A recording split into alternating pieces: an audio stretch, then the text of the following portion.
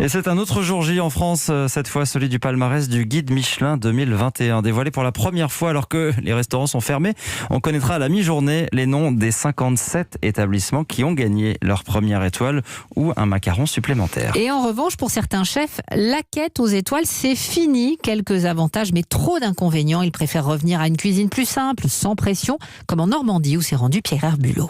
Pour la première fois depuis 35 ans, Gilles Tournadre est serein. Il y a 6 mois, il écrit au guide Michelin, c'est 2 étoiles. Il n'en veut plus, trop de pression. Moi, à chaque sortie du guide Michelin, pendant 8 jours, je stressais. Le chef rouennais souhaite beaucoup plus de simplicité, un peu comme un bistrot. Lorsqu'on fait des amuse-bouches, lorsqu'on fait des petits fours, lorsqu'on fait un pré-dessert, c'est du personnel.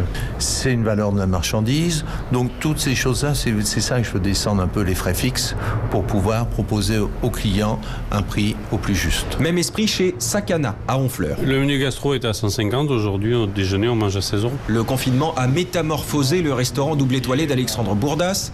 Boulangerie le matin, salon de thé entre les services, midi et soir, sushi à emporter. Loin, très loin du gastro un peu guindé. Je pense que le lieu sera vraiment abouti quand, par exemple, à 18h, il y aura des petits vieux qui viendront boire un coup de blanc et jouer aux cartes. Et après, les gens viendront derrière, s'enchaîneront un dîner. Il fait qu'il n'y ait pas de règles et pas de système. C'est juste un lieu où on rentre, on profite et voilà. À défaut de lui permettre de figurer dans le plus célèbre des guides, la nouvelle formule dope le chiffre d'affaires du restaurant, plus 40% dès le premier mois. À Honfleur, Pierre Herbulot,